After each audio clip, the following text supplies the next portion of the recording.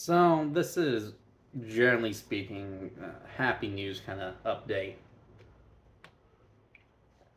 Basically, one of the things that haven't been mentioned, I believe, is how a friend of mine, who's like family, you've heard me mention him in videos before, Michael.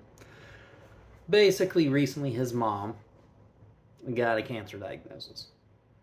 Basically, it amounted to stage 4 lung cancer, metastasized, which I am not a doctor anyway. Again,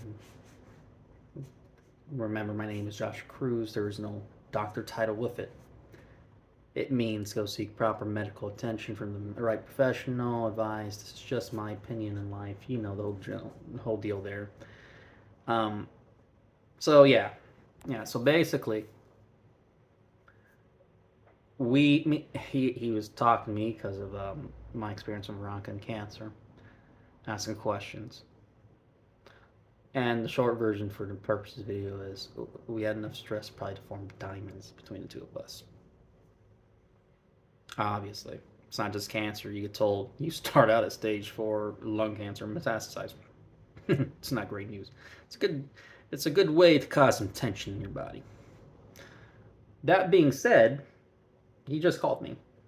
I really just got off the phone with him not even 10 minutes ago. And basically, what it was is they got the results back. He had flown to see his mom and dad and be there a week with them from where he lives in Texas. And the whole point is his dad left him a message while he's at work saying, please call me, basically.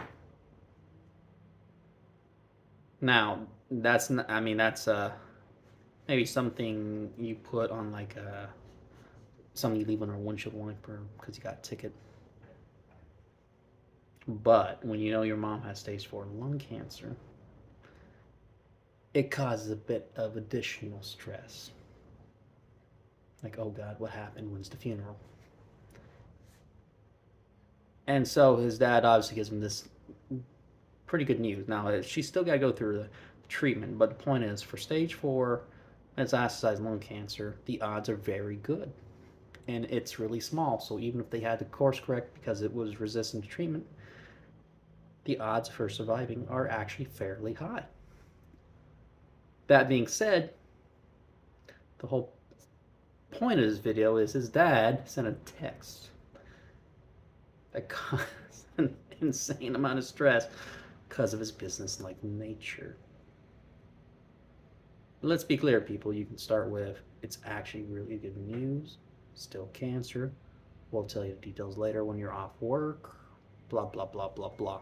The point is, there are many, many, many ways to say we got news about the prognosis, and it's not so bad.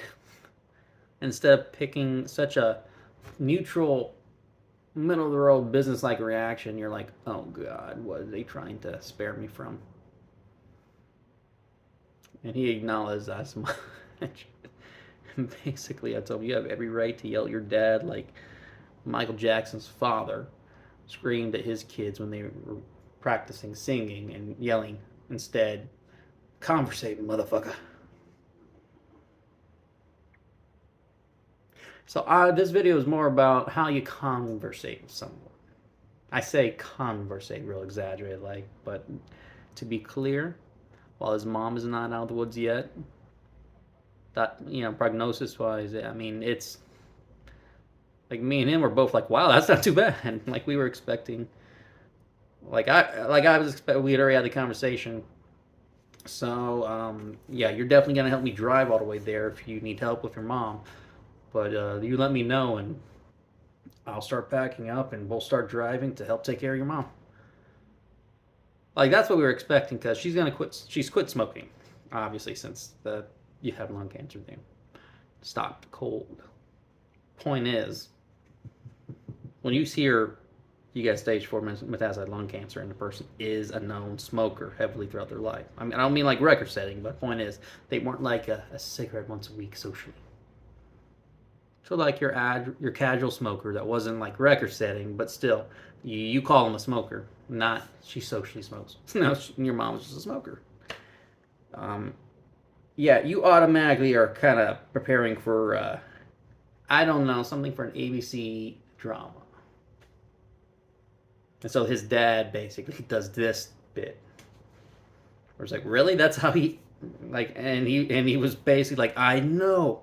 My dad sent me that text saying like the thing where you're like, my asshole's already clenched for the bad news, give it to me. What do you mean she's probably gonna be living fine and all that? And that's like the kind of emotional and stress causing text, despite the context of the news at the end of the day, that you're like, wow, that's why he passed out of work. He went from gently stressed, clenching his ass for bad news, to so shocked and happy about the good news, and a little mad and irritated that his dad caused him a stress attack, that his body couldn't handle the blood pressure changes, and that's why he passed out. Like, that didn't literally happen, but I can imagine it. And he's like, I get why you make these jokes now. I'm like, right?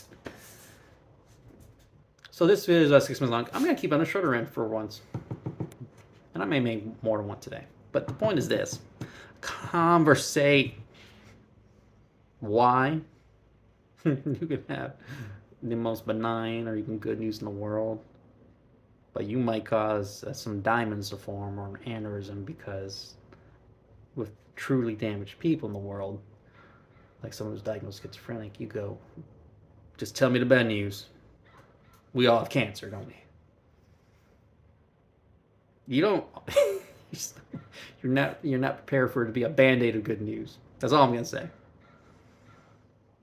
My name is Josh Cruz. Thank you for listening. I just wanted to share the good news. His mom is probably gonna be fine, and it's early enough that they have time to, plan B, plan C, plan D, and hopefully it's not necessary. But it was the kind of good enough news that me and him got to focus on the stupidity of how his dad let him know they need to talk about the good news in text form.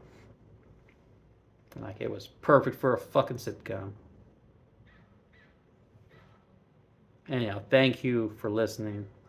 I encourage anyone who needs help to please get the proper medical attention from the proper authorities. This is just my opinions, like usual. And like usual, I can't give you actual medical advice at the end of the day. But I can tell you this much. Don't send a text like that.